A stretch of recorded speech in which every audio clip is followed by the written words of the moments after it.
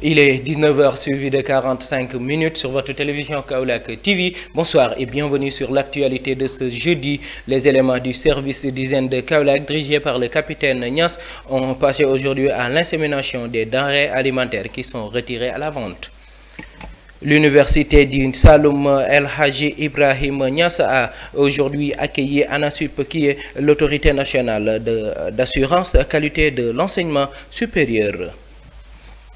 Bassirou Mbaye, l'enseignant qui a été tué à Ndiafat, reste à jamais dans le cœur de ses élèves ainsi que ses collègues. C'est le directeur de l'établissement Théophile Turpin qui nous a fait savoir de cette actualité. Voilà, c'était ça pour les titres. Dans quelques instants, nous allons développer.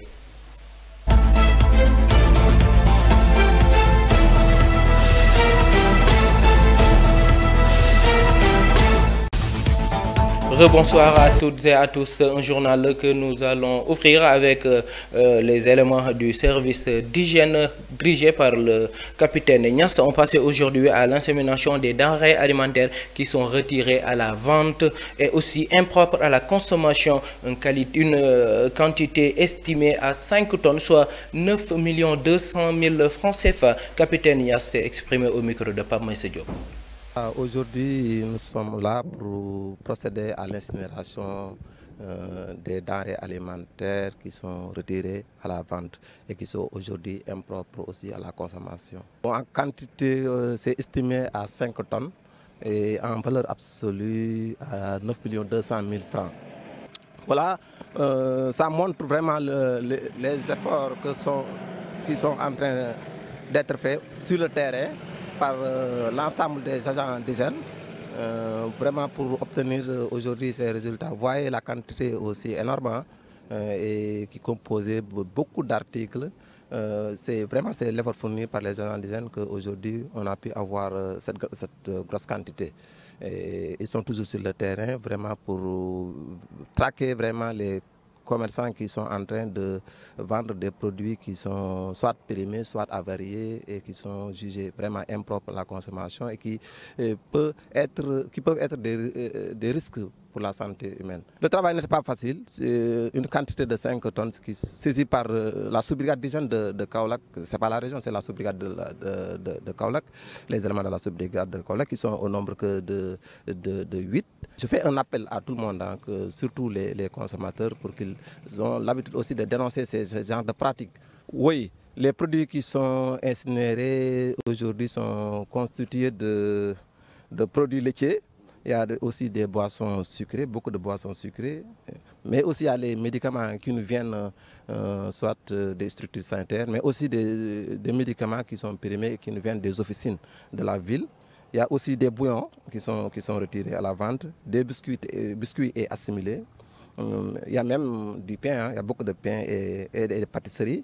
Il y a aussi des épices, des mayonnaises, des détergents aussi sont dedans. Et il y a beaucoup aussi de moutarde. Sur le lieu nommé Mbebes Kaolack avec le président des consommateurs qui a saisi cette occasion pour féliciter et magnifier le travail rocambolesque que les services d'hygiène, autant pour moi, ont effectué. Écoutons ses propos. El Hadji Abdoulaye Badio. Félicitations au service d'hygiène de Kaolack. Vous avez vu aujourd'hui le service d'hygiène a incinéré des produits vraiment impropres à la consommation. Que ce soit les mayonnaises, que ce soit des canettes, que ce soit des produits détergents qui sont impropres à la consommation. Ça, moi je lance un appel à nos autorités pour appuyer ce service qui est là. Aujourd'hui, ils sont là pour nous défendre, nous assurer notre consommation, que ce soit en lavant, que ce soit en le mangeant. Je pense qu'en les dotant de moyens, de véhicules, de personnel, je pense que ce service peut mieux faire. Parce qu'ils sont là pour la population sénégalaise et là pour la population kaolackoise. Oui, vous avez vu, ils ont 5 tonnes du moins. Et en valeur d'argent, 9 millions et quelques. Ça, c'est pas petit. Je pense que tout ça, c'est pour la défense des consommateurs. Je pense que c'est quelque chose à saluer. Et saluer aussi le régional de service d'hygiène qui est là, avec le commandant Faye aussi qui est là, vraiment avec tout le personnel de service d'hygiène. Je pense qu'on les remercie vivement pour au moins pour les faire comprendre qu'ils sont là pour la population. Et la population doit aussi aider le service d'hygiène. Parce que les populations, c'est eux qui mangent, qui achètent. Je pense que si quelqu'un a vu le service d'hygiène, on garde le service d'hygiène venir dans ta maison ou bien dans le boutique, je pense que tu dois le laisser pour contrôler. Parce que ce qu'il fait, ce n'est pas pour toi, ce n'est pas pour lui-même, mais c'est pour la population. Je pense que ce corps doit être félicité et encouragé aussi. Les différents produits qui ont été brûlés ici, il y a des poissons, il y a comment dire, des mayonnaises, il y a des détergents, il y a beaucoup de choses. Vraiment, je pense que cette saisie, vraiment, c'est une saisie vraiment très très importante. Et ça fait que vraiment, nous les consommateurs, on peut être rassurés pour le travail du service. El Hadji Ibrahima Niass a accueilli l'ANAQ-Sup, qui est l'autorité nationale d'assurance qualité de l'enseignement supérieur, un point important selon le professeur Ndeye Koumba Touré Kane, par ailleurs recteur de l'USEN, car l'université vient de sortir sa première promotion. Écoutons-la au micro de Tcherno. Bonsoir tout le monde, je suis le professeur Ndeye Koumba Touré Kane, recteur de l'université du Sine Saloum, El Hadji Ibrahima Niass. Notre université est honorée d'accueillir l'ANAQ-Sup, l'ANAQ-Sup qui est l'autorité nationale sur l'assurance qualité dans l'enseignement supérieur.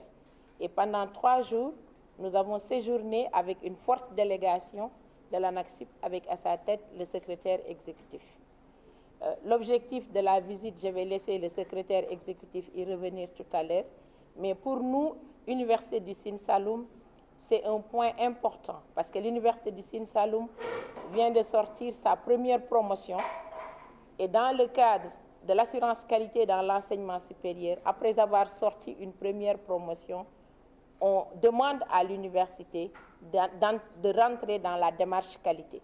Et c'est ce que nous sommes en train de faire avec l'accompagnement de l'ANAQ-Sup. Première édition du prix de l'innovation au sein de l'Université du Sine Saloum El Hadji Ibrahima Niass. Et vous serez tous invités d'ici peut-être 1 mois quand on va proclamer les résultats de cette première édition de l'innovation pour vous montrer que nos étudiants sont capables, avec les moyens du bord, de montrer leur ingéniosité et d'apporter une valeur ajoutée dans le développement de l'agriculture de notre pays, qui est le moteur de notre développement. Pour les chantiers, nous venons des chantiers de Mbadakhoune aujourd'hui. Ces chantiers de Mbadakhoune, on peut dire que c'est quasi terminé. Il reste juste à refaire la voirie et l'accès pour qu'on puisse commencer. Les salles sont même équipées. Prof a vu cela ce matin. Les amphithéâtres sont équipés, la bibliothèque elle est équipée. Donc tous les rayons de la bibliothèque sont en train d'être posés. Les salles des profs, les laboratoires, l'Institut de l'arachide, parce que nous sommes au niveau du bassin arachidier.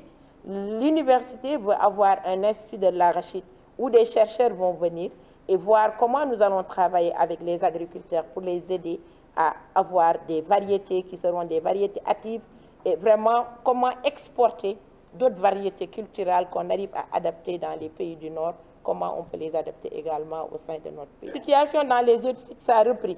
Les travaux ont repris dans tous les sites. Le site de Kaolack est le site le plus avancé, mais le site de Fatick avance, de même que le site de Kaffrine. Le site de Kaffrine, pour le moment, est le moins avancé. On peut dire que si on stratifie, le premier, c'est le site de Kaolack. Après, c'est le site de Fatick. Et après, c'est le site de Fatick. Mais le site de Kaffrine. Mais notre objectif, c'est au courant de l'année, de travailler d'arrache-pied avec les entrepreneurs pour que l'université ait l'ensemble de ses infrastructures pour être autonome. Et ce qu'on aura comme infrastructure va apporter de la valeur ajoutée dans les zones d'implantation. Tout à fait. C'est ça notre objectif majeur. C'est ça notre objectif, parce que c'est une université à vocation agricole pour une sécurité alimentaire. On ne va pas s'arrêter seulement à l'arachide. On va développer beaucoup d'autres choses. Je disais au professeur ce matin que les étudiants, dans leur innovation, ils ont même innové l'arachide sucré, le gerte sucre. Ils ont pris le gerte sucre, ils l'ont enrobé avec du café touba. Ce qui veut dire que les gens n'ont plus besoin d'acheter le café touba dans la rue ou le gerte sucre seul. Il suffit d'acheter le gerte Usen. Vous avez et votre arachide sucré et votre café touba. Mbaye, l'enseignant qui a été tué à Ndiafat, reste à jamais dans le cœur de ses élèves et de ses collègues. C'est son directeur Momodou Mbotio qui nous a expliqué cela. Ainsi, Momodou Mbotio demande à ce qu'on sensibilise la population pour que de pareilles choses ne se reproduisent plus. Écoutons ses propos. Sur le meurtre de Bassirou Mbaye, dire que c'est un meurtre certainement accidentel, parce que c'est la première fois qu'un cas pareil se reproduit. C'est désolant, c'est très difficile.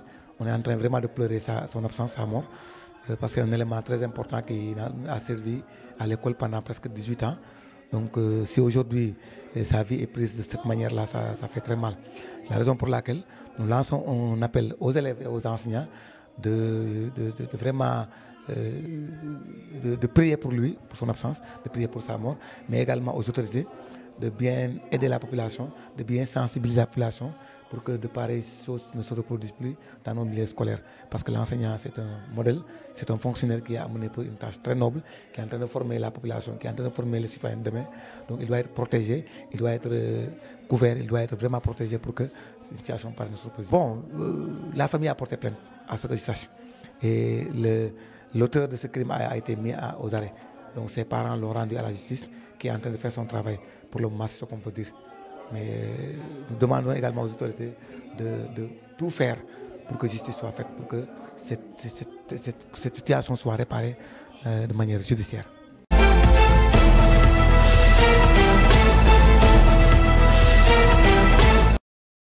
De la première partie de l'édition, la seconde partie sera destinée à l'actualité internationale avec Penda Diallo.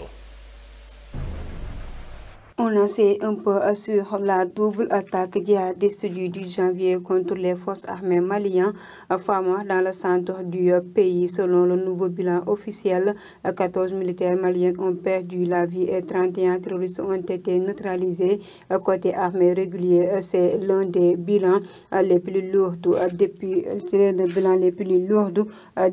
des mois. Bénin, ce 12 ou 13 janvier, la Cour constitutionnelle béninoise, chargée du contentieux électoral, va proclamer les résultats définitifs des élections législatives 2023 et devrait confirmer ou corriger les résultats provisoires donnés la veille par la Commission électorale, des résultats provisoires déjà contestés par l'opposition. Et en fait, Congo-Brazzaville, la France, le journal Libération a publié un article sur les enquêtes menées en France au sujet de l'entreprise Négoce pétrolier Orient Oil et de son dirigeant Lucien Ebata. Celle a siphonné la compagnie pétrolière nationale au profit de ses dirigeants et de ceux du pays. C'est en tout cas ce que pensent les enquêteurs français. Selon le quotidien, Lucien Ebata, par ailleurs déjà mis en cause dans le scandale d'évasion fiscale Panama Papier, a été mis en examen en octobre 2021 par le parquet national financier pour manquement à l'obligation de déclaration de capitaux. C'en est tout pour aujourd'hui. Merci Penda Diallo. Voilà la fin de cette actualité, je dirais même de cette audition. Merci de nous avoir suivis. Restez connectés sur les programmes de Kaolack TV.